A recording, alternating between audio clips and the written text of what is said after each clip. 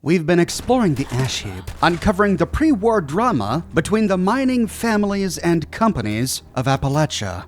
Amongst the ruins we have so far explored, we have found many references to something called the Rock Hound. We learned from the Hornwright headquarters that the company Atomic Mining Services did something to the nearby town of Welch, and Hornwright, who owns the Rock Hound, got caught in the crossfire. The people of Welch and the miners who lost their jobs went to the Rockhound to protest Hornwright.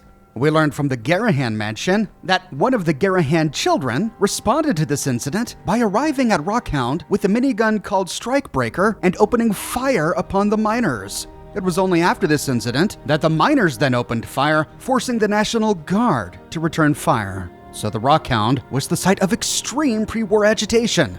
It's time we travel to Mount Blair to explore the ruins of the Rockhound and find out more of what happened here. The Rockhound lies in the very middle of the ash heap.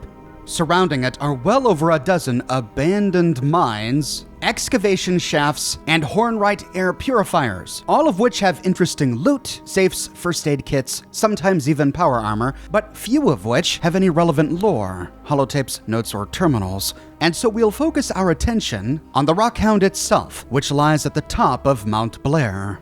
But today, Mount Blair is not much of a mountain. Too much of it has been torn away. As we approach the Rockhound, we find mole miners crawling all over it. Moving towards the big bucket wheel that we see at the end of the excavator, we see that it's comprised of a number of sharp buckets that just scoops out tons of earth in search of rare minerals. The Rockhound's pre-war excavation has released gases trapped under the earth. We see them spewing out from the cracks near this dig site. We find scaffolding on the western side of this long digging arm, and on the side we see Hornwright Industrial. The company we already know owned the Rockhound. The scaffolding brings us to a platform resting alongside the long arm of the Rockhound. Here we find a weapons workbench, a tinkerer's workbench, a tool chest, and a tool case, which is locked with a skill level 1 lock. From here we can board the Rockhound and take a walkway northwest towards the wheel. Here we find the skeleton of a man next to a toolbox, perhaps a pre-war Hornwright employee who was conducting repairs on this big bucket wheel. Moving to the other side, we can take the walkway southeast towards the middle of the Rockhound. We see the Hornwright logo proudly on display on the side of the large tower, and as we get closer, we find even more mole miners. Towards the middle of the vehicle, the walkway turns into stairs and a large viewing platform. Here we find some wood, a couple of lawn chairs, a couple of containers, and a skeleton. We see an elevator here, but we'll take that in a minute. For now, we can take a staircase to the west. We see that it connects to the other side of the long arm attached to the bucket wheel, and it turns southeast, going back down to the ground. Taking this path first, we can clear more mole miners.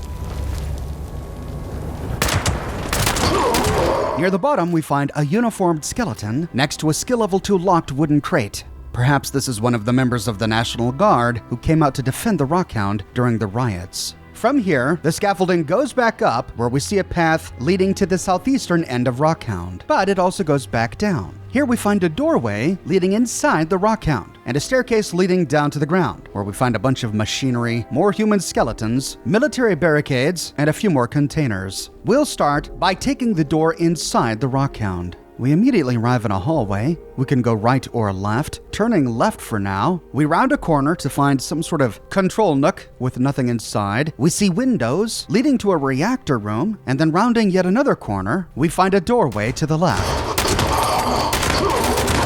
We arrive in a small room with a tinkerer's workbench. Turning around, we see a doorway to the north, and on the other side of the tinkerer's workbench, we find another doorway to the north and a hallway to the south. So it looks like these rooms are all connected. We'll start by heading to the northwest and going through the door. We arrive in some sort of control room. We see a window to the northwest, overlooking the ash heap, and in full view of the bucket wheel. This must be where the operators worked. And on a console near to this window, we find Buck Nixon's Rockhound Holotape.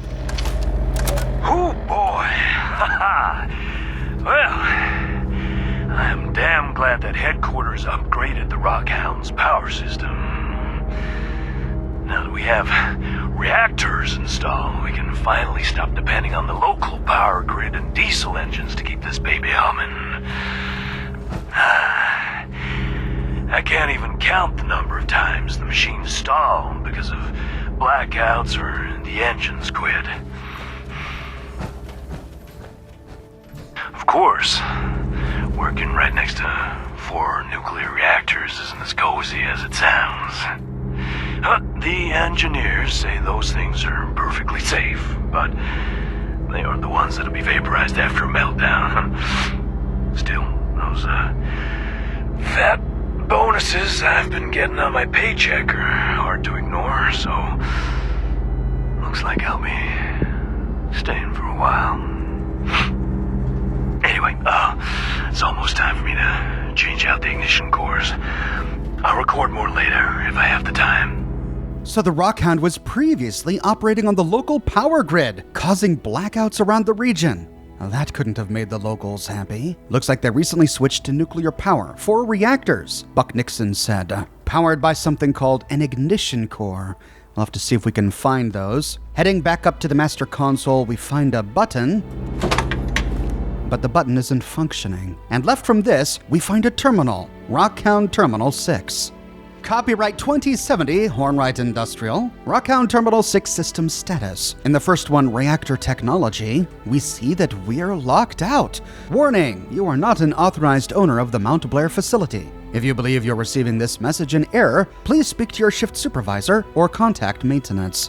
So we can't read this entry until the computer recognizes us as an owner. Looks like we'll have to first claim the Rockhound as our workshop before we have access. However, we can read the other entries, the standard and technical bulletins. In the standard bulletin, from Mary Blake, Hornwright Industrial Public Relations. Subject, sample welcome package message. Congratulations on your purchase of the Hornwright Industrial EXC97 Rockhound Bucket Wheel Excavator Unit. On behalf of everyone here at Hornwright, we'd like to welcome you to the tantalizingly lucrative world of strip mining. Your Rockhound is rated to move over 11,000 cubic meters of earth per hour and can operate with a crew of only 12.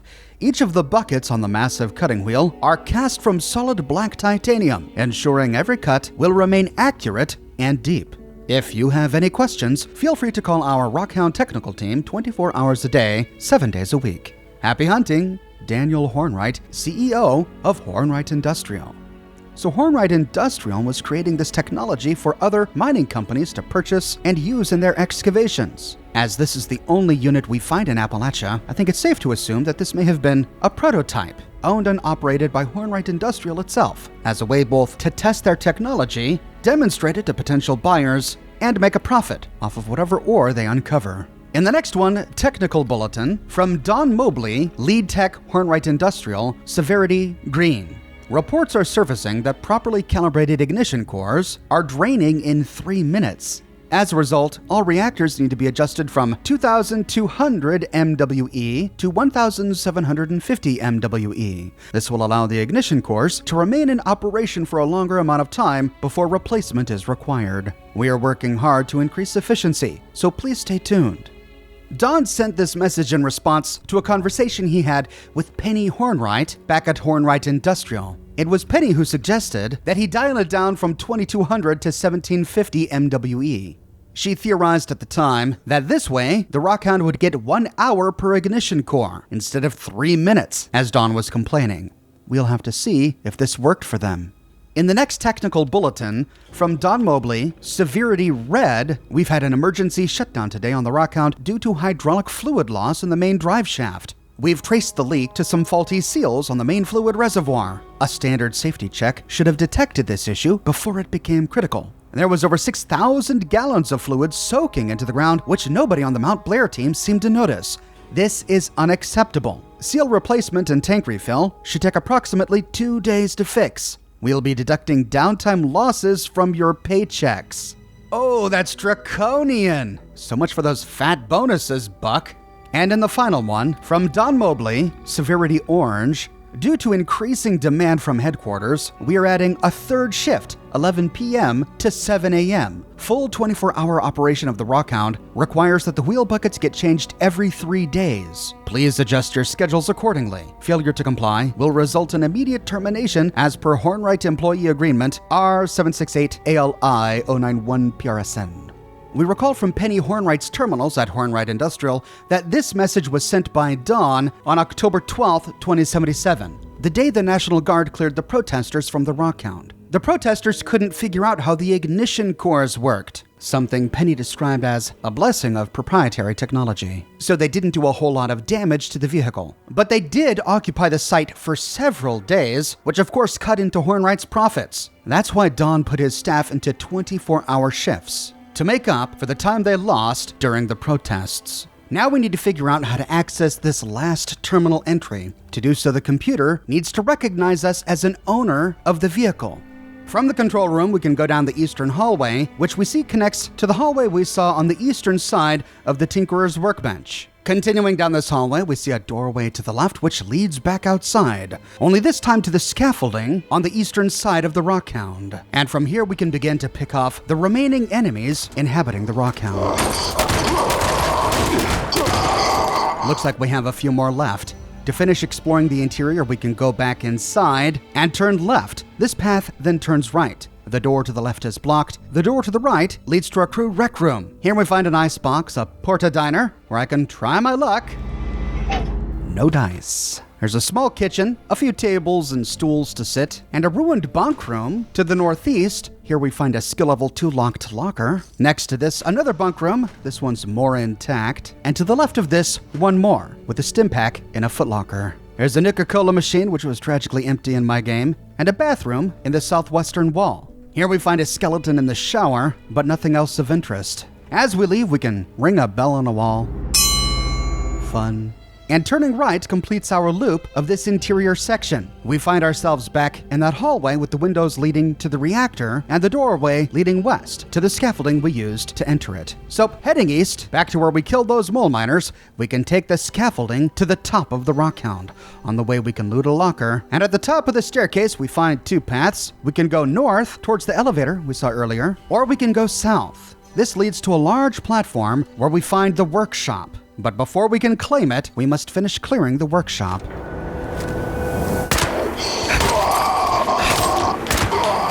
Continuing south, we pass by a large conveyor belt covered in ore, and at the southernmost end, we find a trailer with a footlocker and a few other containers inside. From here, we have a great view of the ash heap, but we'll find better views in a moment. After looting an ammo box near to the skeleton of a National Guardsman, we can snipe off the remaining enemies inhabiting Mount Blair. With that, we can claim the workshop.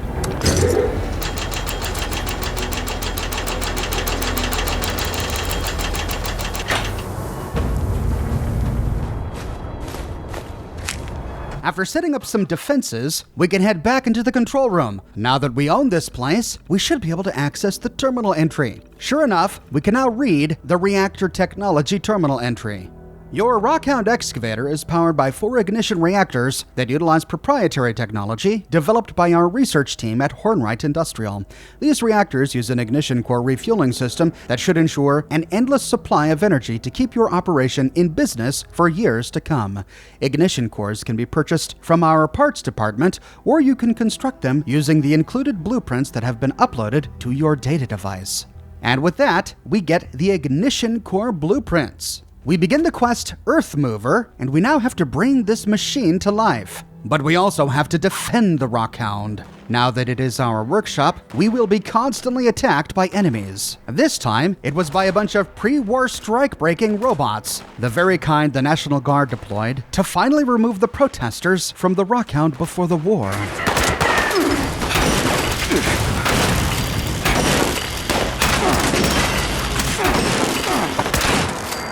With the robots destroyed, we successfully defend the Rockhound, and we can now head to the Tinkerer's workbench to craft the ignition cores. We have to craft 4 of these, and they can be pretty expensive, especially with the nuclear material. Now, I captured this footage many months ago, and at the time there was a glitch whereby when you crafted an ignition core, it would scrap an ignition core already in your inventory for the materials necessary to build another ignition core.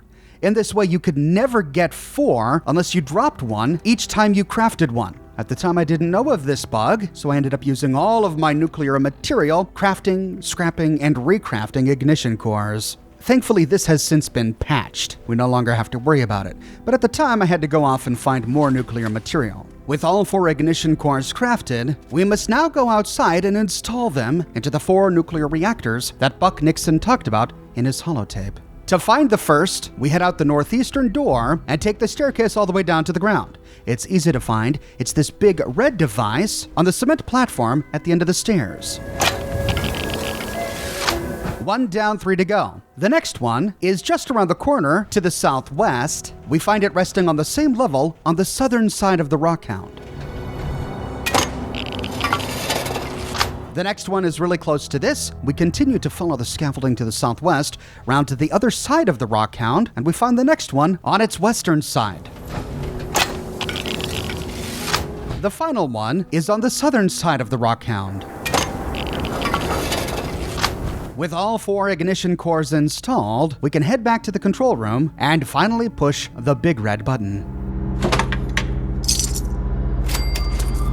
With that, the Rockhound leaps to life, but the ignition cores only have enough power to keep it operational for 30 minutes, which means that the adjustment that Penny told Dawn to complete wasn't enough. Penny thought that each core would last for an hour, but we've got 4 cores currently running, and the machine is only working for 30 minutes. That's only 7.5 minutes of power per ignition core. It's a lot better than 3. Changing that setting managed to double their lifespan, but not by enough. It seems like this Rockhound technology wasn't perfected before the war. Hornwright would have to dig up a lot of really valuable materials in order to make a machine like this viable. Heading to the southern side of the Rockhound, we see big conveyor belts delivering all of the ore that we're digging up south. These conveyor belts deposit the ore in a large bucket called the ore extractor. We've been running for just over a minute and a half now, and look at all of this scrap. Gold, aluminum, copper, lead, steel, a whole bunch of wonderful stuff. We'll go ahead and let the machine work for 30 minutes to see exactly how much ore we get. While we wait, we can finish exploring the Rockhound and other nearby points of interest. I wanted to see the big bucket wheel excavator at work, so heading to the northern side, we can take either of the 2 pathways to the northern end. And there it is. Look at that. No wonder Mount Blair has lost its cap. The Rockhound just chewed through it like butter. Despite the damage this machine did to the area, it's still an impressive piece of technology, and I can't help but admire its beauty. I had to stop here and take several photographs.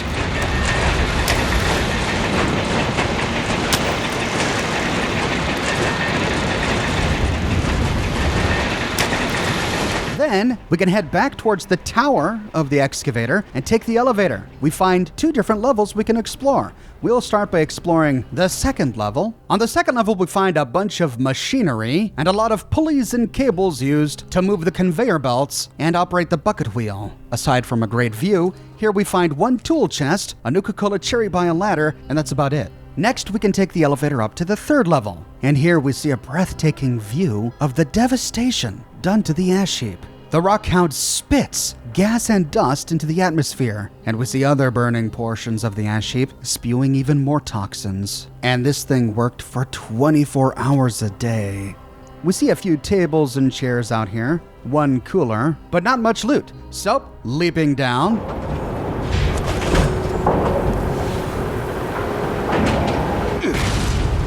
it's been about 8 minutes. We can see what we've excavated, and we're getting quite a haul. Aluminum, black titanium, copper, gold, lead, silver, and steel. But we still have about 20 minutes. So we can take some time to explore the ground around the Rockhound, leaping off of its southern section. We can kill a few enemies to discover abandoned Mineshaft 6. As I said at the beginning, neither this place nor any of the other locations here have any lore, but they're a great place to explore for loot, and we can try to interpret some of the environmental storytelling. We see an emergency access hatch on a big fan capping the mine shaft, but we can't get inside. There are conveyor belts, control panels, and consoles, none of which work. A freight elevator, which presumably went deeper into the mine shaft, but also this no longer works. Inside the shack, we find a skill level 0 locked tool chest, a miner's uniform, and a bank of lockers in the middle of the shack. We can walk away with chems from the sink and first aid kit, and a lot of miner clothing. To the northeast of the Rockhound, we find a large barn or shack. The Fallout 3 official strategy guide describes this as the West Bulldozer Garage. Inside, we can find a suit of power armor next to a green picker-up truck. In my game, it was a suit of T-60. Almost a complete suit. But it's guarded.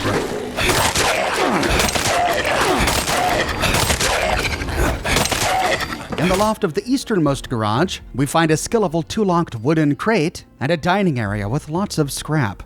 In the loft of the garage with the picker-up truck, we find a wooden crate, a skeleton, which may have been one of the protesters. He lies dead on the roof with a sniper rifle in his hand, and some of their sleeping bags with a duffel bag. On the rear side of this shack, we find one of the Overseer's journals, and it's here where we find a major plot ending to her story arc. I covered it in my video on the Overseer that you can watch here, so we'll skip it for now.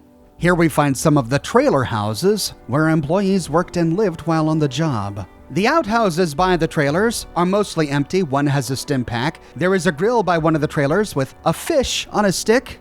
Someone was hungry. On the northernmost side of Mount Blair, close to the bucket wheel, we find what the strategy guide describes as a generator shed and field hospital. The hospital is inside a trailer. We see one of the doctors lying dead on the ground, and one of his patients dead on a stretcher. Perhaps Hornwright was still tending to their wounded employees who were injured during the riots and took care of them here. The generator shed is locked by a wall-mounted terminal. We can hack this sucker. The terminal itself is locked with a skill level 1 lock. There's no lore inside, just the option to unlock the door. Inside we find 2 rooms. In the first room, lots of tools and scrap on the shelves. A fun Fly Horizon Skyways poster on a pegboard. I love that plane. One of the very first videos I made was about this plane. It looks amazing. I want to fly in it. There's some whiskey on a table by a blasted out terminal. And then moving into room number 2, we find a skill level 2 locked box safe on a pushcart with all sorts of goodies inside. And a fusion generator with a fusion core. We see the skeleton of a woman slumped over in a corner surrounded by boxes of ammo and a pipe weapon. Perhaps she was one of the residents of Welch who lost her home to AMS and came here to protest. Finally, there's a first aid kit on the wall. Southwest of the Rockhound, we find crisscrossing deep chasms. The strategy guide describes these as mining channels. Perhaps these large strips are areas of Mount Blair where Rockhound had excavated previously. It's easy to get stuck in these. Without a jetpack with a marsupial mutation, we often have to spend a great deal of time finding ramps to get ourselves out. Near to this is a shack that the guide describes as a generator warehouse. Here we find a number of fusion generators, only one of which should have a fusion core, but it was already looted in my game. Inside the warehouse, we'll find a scorched, a number of lockers, there's a skeleton on the ground, and a missile launcher with a bunch of missiles on a table. Perhaps a protester who was getting ready for a new salvo against Rockhound before he was killed by the National Guard. And just outside the shack, we find an empty outhouse and a Vault-Tec scientist lying dead next to some machinery. It's not just a regular scientist lab coat. This one does have the Vault-Tec logo on it, which raises some questions. Inside the trailer, we find a bobby pin box on a television, a skeleton in a couch clutching a newspaper, and a duffel bag on top of a bunk bed. North of this, we find fires still burning on the ground 25 years later. There is a fire truck here, giving us the impression that they were burning all the way back before the bombs dropped. Here we find some trailers. The strategy guide calls this simply the outer trailers. Again, perhaps these were the working homes for the Hornwright employees and managers. We see cars parked outside. Inside the southernmost trailer, we find a first aid kit above a toilet and a skill level 2 locked box safe on the floor by some bunk beds. The guide tells us that a magazine should be in this shack, but I didn't find it here. Then just north of this is the second trailer, and in my game it was completely empty, save for one medicine cabinet above the sink. There's a dump truck and an earth mover outside, and a strange device that I haven't seen anywhere else. It appears to be some sort of ore detection device. There are satellite dishes on top of it, and another skeleton wearing a Vault-Tec scientist lab coat leaning against it, and some sort of sensor pointing at the ground. Again, quite curious to find Vault-Tec scientists here at a Hornwright excavation site. After exploring the major points of interest around Mount Blair, we see that our ignition cores are almost spent. Heading back to the Rockhound, we can move to the southern section and examine the ore extractor bucket. I was thrilled to see that we also sometimes get nuclear waste, in addition to all of the ore scrap. At 5 per ignition core, I went through over 20 nuclear material just to get the sucker running. At least we get some of it back. Finally, at the end of the 30 minutes, we complete the quest, Earth Mover, and can loot all the ore excavated by the Rockhound. We also get a legendary item, and in my game I got a couple of mini nukes. Not the cheapest or fastest way to get any one type of resource, but a convenient way to get a whole bunch of a variety of resources. That's the full story of the Rockhound. The riots had been stopped by the National Guard, and most of it had been cleared up, though we did find a few traces of the riots: the sniper on a nearby building, the doctor in the field hospital. But these riots all started because of a company called Atomic Mining Services. They did something to the nearby town of Welch after discovering some sort of resource beneath the town. To find out what it was, we need to explore the headquarters of Atomic Mining Services, which we'll find in downtown Watoga.